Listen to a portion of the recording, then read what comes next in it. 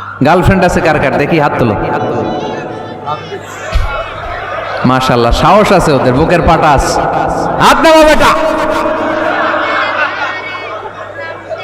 এই গার্লফ্রেন্ড বয়ফ্রেন্ডের সাথে আমাদের কোনো সম্পর্ক, আমরা বিয়ে করব। কি করব? বিয়ে করব। চেয়ারম্যান সাহেব বিয়ে করাই দিন এগুলোরে, আপনার দায়িত্বে দিয়ে গেলাম। এই গার্লফ্রেন্ড বয়ফ্রেন্ড এগুলো ইসলামের কালচার নয়। বিয়ের চেয়ে ভালো কাজ পৃথিবীতে হতে পারে। বিয়ে করতে গেলেই বাপে বলে আগে নিজের পায়ে দাঁড়া। তো এতদিন ও কার পায়ে দাঁড়াইছে?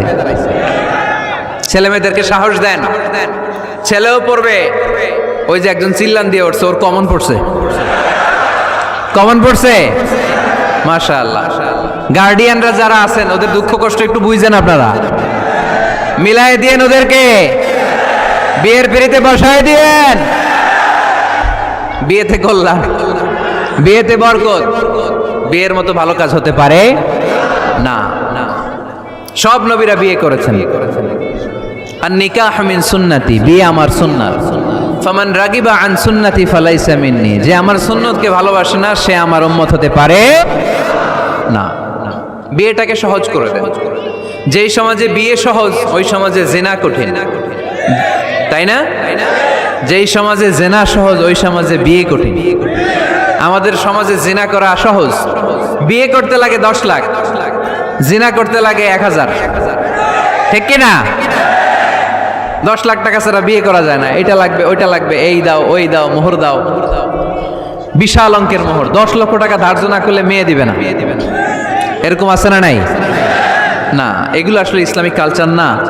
ছেলের বাবা মেয়ের বাবা উভয়কে আমি বলি বিয়েটা সহজ করে দেন, সহজ করে দেন। ছেলে পড়াশোনা করুক, সমস্যা নাই, মেয়েও পড়ুক, কিন্তু তারা পবিত্রভাবে তাদের সম্পর্ককে মেনটেন করুক। ঠিক কিনা? তাদের এই যৌবনের তাড়নায় যে পাপের সাথে জড়াবে তার পার্সেন্টেজ গুণা বাবা হিসেবে আপনার কাঁধেও আছে না নাই? এজন্য বাবারা সাবধান, মায়েরা সাবধান, বিয়েটাকে সহজ করেন। এই এলাকার যুব সংঘ যারা আছো, তোমরা একটা ক্যাম্পেইন করবা এই মাহফিলের পরে, টাইমলি ম্যারেজ ক্যাম্পেইন।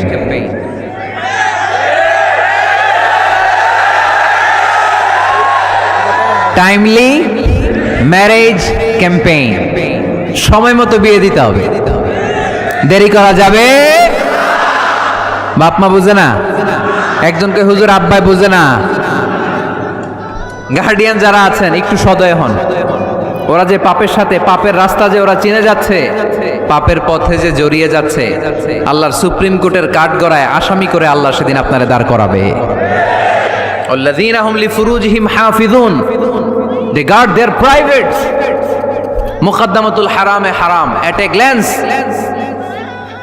একটা নারীর দিকে চোখ পড়ে যাওয়া এটা হারাম না, কিন্তু এই চোখ পড়ার কারণে এটা জেনার দিকে নিয়ে যাবে, এজন্য এটাকেও হারাম করেছে কে? মুকদ্দমাতুল হারামে হারাম। এই নজরটা বড় খারাপ। আর নাযার সাহামুন মাসমুমুন মিন সিহামি ইবলিস, এই নজর হচ্ছে শয়তানের বিষ মাখানো তীরের মধ্যে থেকে একটা ভয়ঙ্কর তীর। এই তীর দিয়ে শয়তান যুবক আর যুবতীদেরকে কাবু করে ফেলে। আমরা শয়তানের হাতে ধরা দিতে চাই না, আমরা বিয়ের মতো পবিত্র বন্ধনে আবদ্ধ হতে চাই। ঠিক কি না?